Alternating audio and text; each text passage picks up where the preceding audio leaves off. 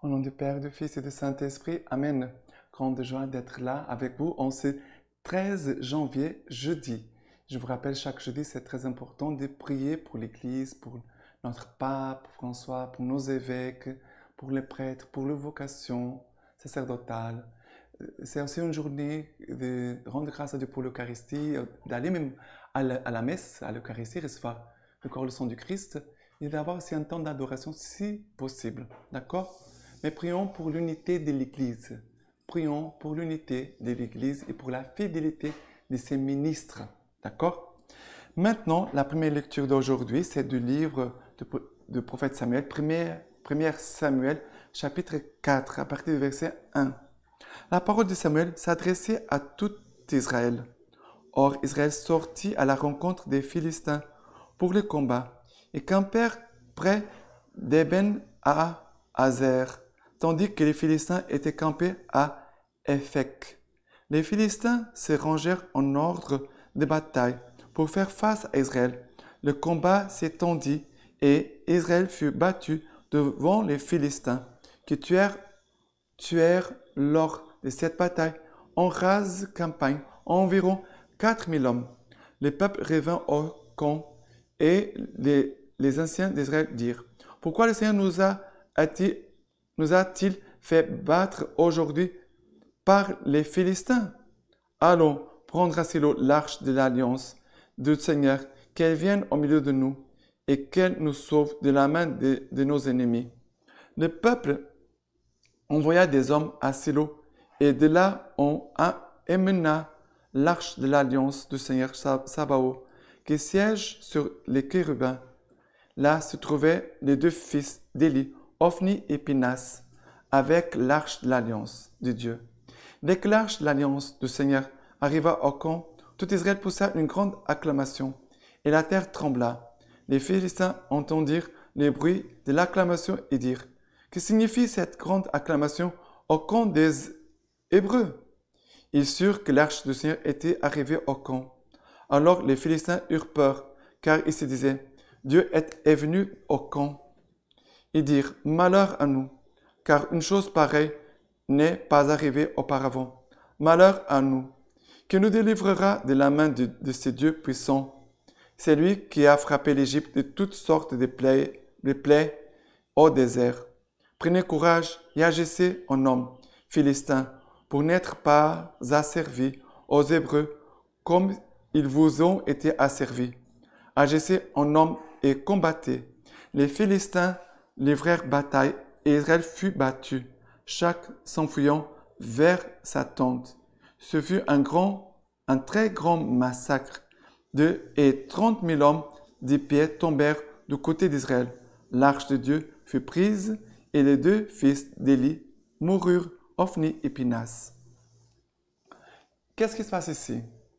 On doit avoir confiance en Dieu, mettre toute notre confiance, tout notre espoir en Dieu. Oui, c'est juste. Seigneur, délivre-nous, Seigneur, aide-nous. Mais après, il y a aussi notre partie de dire: mais qu'est-ce qu'il faut faire? Seigneur, donne-nous la grâce, donne-nous la sagesse. Qu'est-ce que nous devons faire? Dans l'Évangile, Jésus dit: si un homme va combattre au combat vers un autre, si l'autre a 20 000, il a 10 000 hommes, il doit penser, réfléchir s'il faut ou pas aller au combat, sinon de demander la paix, faire la paix avec l'autre, la réconciliation. Jésus dit cela dans l'Évangile. Et parfois, il y a des gens qui tentent Dieu, disent: mais j'ai confiance en Dieu, Dieu est tout-puissant, il ne m'a pas fait ça, il ne m'a pas donné cette grâce. Mais tu as tenté Dieu? On doit demander la grâce. On doit faire confiance au Seigneur, oui. Mais après, il y a aussi notre acte de confiance en sachant: Seigneur, tu conduis toutes choses. Ce sont des choses qui nous dépassent. On fait confiance au Seigneur. Seigneur, c'est toi qui peux conduire des choses. Ce n'est pas dans nos mains la réponse, la solution. On remet tout ça dans tes mains. Je pense aux situations de maladie. Mais ici, c'est une chose concrète, c'est combat. C'est quelque chose d'humain. On doit demander la grâce, la sagesse de l'Esprit Saint et après voir est-ce qu'il ne faut pas aller au combat. Et croyez, bon, nous avons Dieu et voilà, nous avons l'arche. C'est magique. Nous avons l'arche et Dieu va tout faire. Ils n'ont pas eu un respect véritable envers le Seigneur. Ils aimaient Dieu comme une sorte de porte-bonheur, voilà. C'est comme si c'était un porte-bonheur. Nous avons l'arche, ça va nous porter de bonheur. Dieu n'est pas un porte-bonheur, il est Dieu.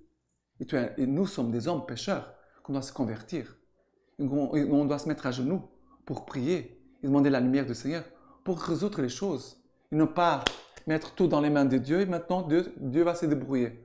Non, sinon c'est irresponsable. Avoir la foi et la responsabilité. Cette année, notre Lectio Divina parle de la responsabilité. Nous devons être responsables. Être responsable pour sa vocation, être responsable pour notre fidélité, être responsable aussi pour notre vie spirituelle. D'accord? Voilà. Maintenant, là, le psaume d'aujourd'hui, c'est le psaume 44. Le psaume 44. Et pourtant, tu nous as rejetés et bafoués. Tu ne sors plus avec nos armées. Tu nous fais reculer devant l'oppresseur. Nos ennemis ont pillé à cœur joie. Pillé à cœur joie. Tu fais de nous l'insulte de nos voisins, fable et risée de notre entourage. Tu fais de nous le proverbe des nations, hochement de tête parmi les peuples.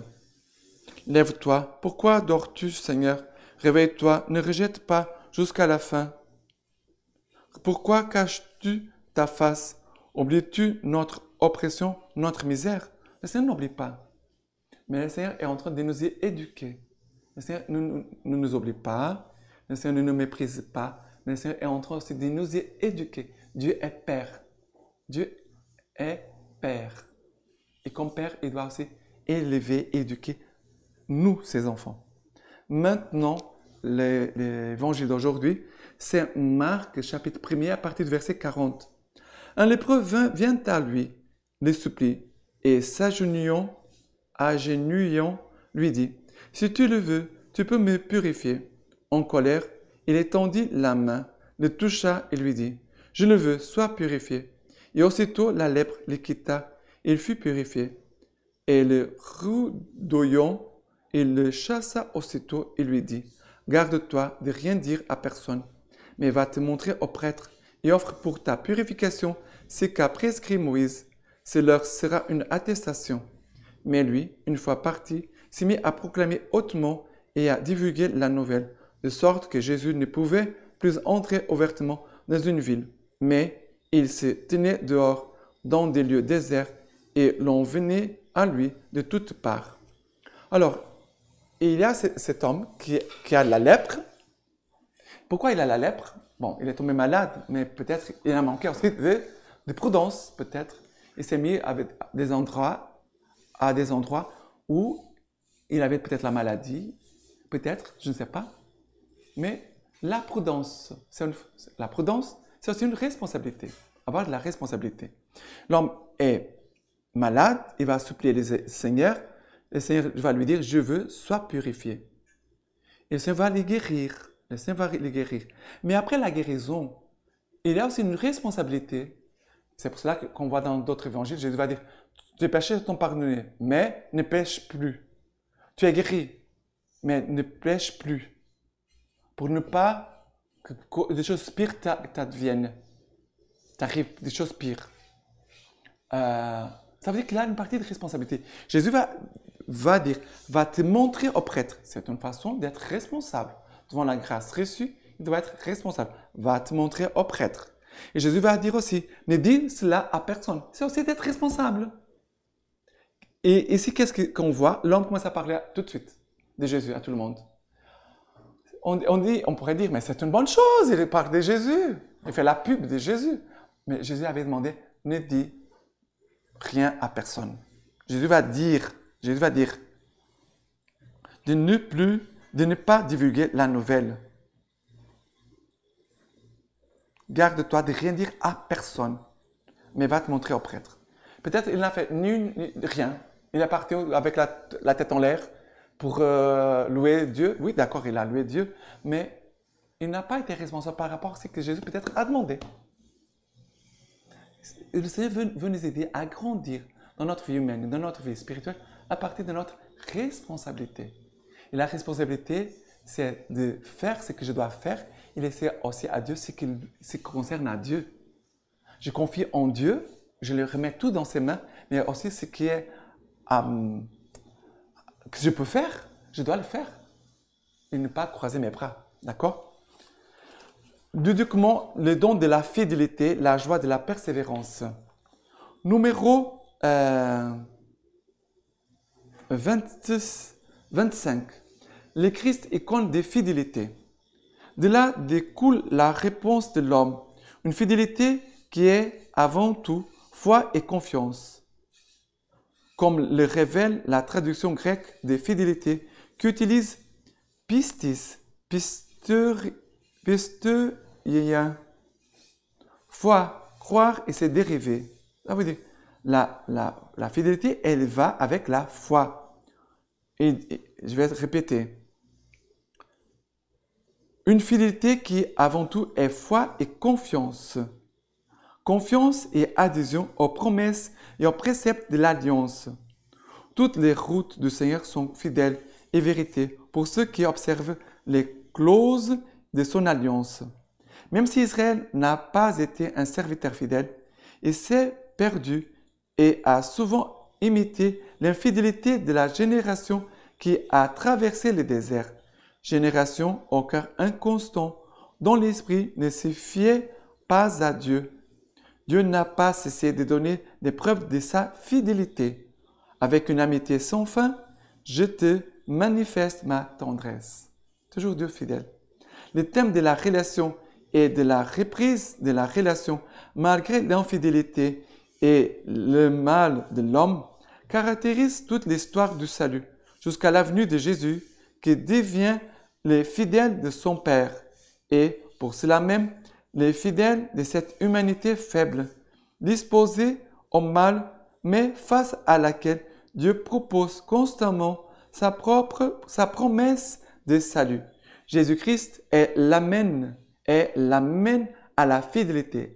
L'amène, ça veut dire oui. Jésus, elle est oui à la fidélité. La venue du Christ, son incarnation est la promesse qui se réalise. Jésus est le témoin fidèle, comme le définit l'Apocalypse. Le serviteur fidèle est véritable, en qui s'accomplit tout ce qui a été écrit dans la loi de Moïse, les prophètes et les psaumes. En lui, toutes les promesses de Dieu sont maintenues. En Christ se manifeste la fidélité de Dieu. Le Christ, témoin fidèle, enseigne à l'homme la fidélité. Il en est l'icône. Jésus est l'image de la fidélité. Il est fidélité à Dieu Père. Il invite les hommes à être fidèles à sa parole. À nous est donnée la grâce et requise la réponse de la fidélité au Père à travers le Fils qui nous a aimés. Et c'est donné lui-même pour nous. L'un des premiers titres donnés aux chrétiens sera celui des fidèles pour indiquer la foi au Christ. C'est beau. Dans la parole de Dieu, on trouve ça. On l'appelle les chrétiens fidèles, les fidèles. Animés par l'amour.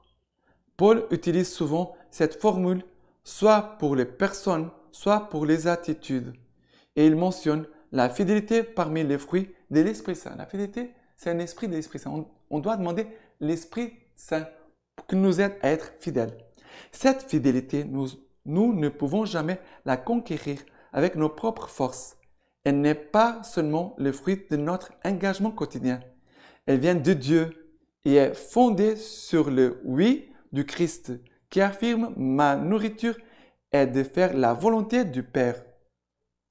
Voilà. C'est dans ce oui que nous devons entrer dans ce oui du Christ, dans l'adhésion à la volonté de Dieu pour parvenir avec Saint Paul à affirmer que ce n'est pas nous qui vivons, mais que c'est le Christ lui-même qui vit en nous. Numéro 26. La fidélité vit de la rencontre. L'homme tout entier est engagé dans la relation avec Dieu, en qui nous sommes appelés à vivre la donation d'une même intelligence et volonté, esprit et cœur, fermeté et douceur, de consentement. La foi est mystère de la rencontre opérée par l'Esprit entre le Père et le Fils, dans le cœur de l'homme qui accueille le Verbe et se laisse conformer à lui. Voilà, on accueille la parole de Dieu. Cette parole nous va nous conformer avec Jésus pour être fidèle avec Jésus et être fidèle à Jésus. La rencontre avec le Seigneur ouvre les disciples à la plénitude de la vie.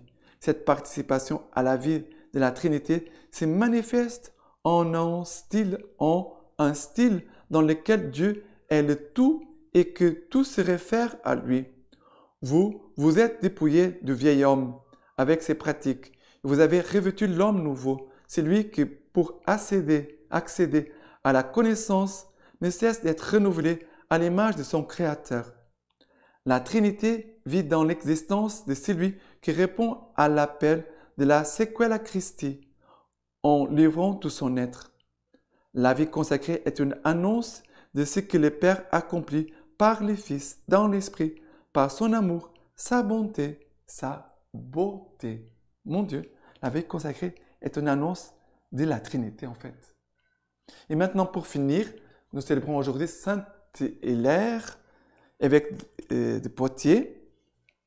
Et je vous laisse cette petite parole. En effet, nous vivons dans une sorte de torpeur à cause de notre engourdissement naturel. Nous sommes empêchés de comprendre tes mystères par une ignorance invincible due à la faiblesse de notre esprit. Mais les zèles pour ton enseignement fortifient notre perception de la science divine et l'obéissance de la foi nous soulève au-dessus de notre capacité naturelle de connaître. Voilà. Avons le zèle pour l'enseignement du Seigneur, pour sa parole. Maintenant, je vous laisse la bénédiction par les mains toutes pures de la Vierge Marie. Que le Dieu Tout-Puissant vous bénisse et vous garde, le Père, le Fils et le Saint-Esprit. Amen.